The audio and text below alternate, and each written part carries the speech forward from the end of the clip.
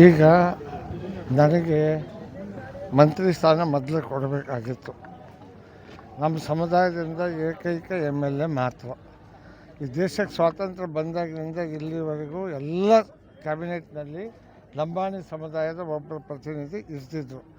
ಆದರೆ ಸಿದ್ದರಾಮಯ್ಯನವರು ಹಿಂದಿನ ಸಲ ನನಗೆ ಮಂತ್ರಿ ಮಾಡಿದರು.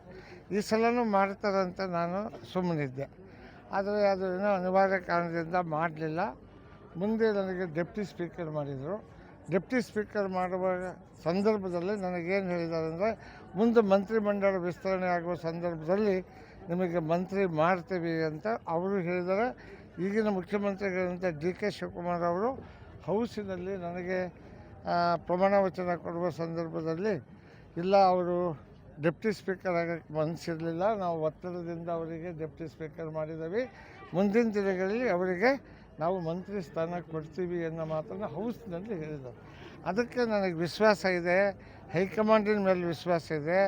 ಈ ಸಾರಿ ನನಗೀಗ ಡೆಪ್ಟಿ ಸ್ಪೀಕರಿಂದ ಸ್ಪೀಕರ್ ಕೂಡ ಮಾಡಿದ್ದಾರೆ. ಸ್ಪೀಕರು ಸಂವಿಧಾನಿಕವಾದಂಥ ಹುದ್ದೆ, ಆ ಹುದ್ದೆಗೆ ನಾನು ಇಲ್ಲಿದ್ದೀನಿ.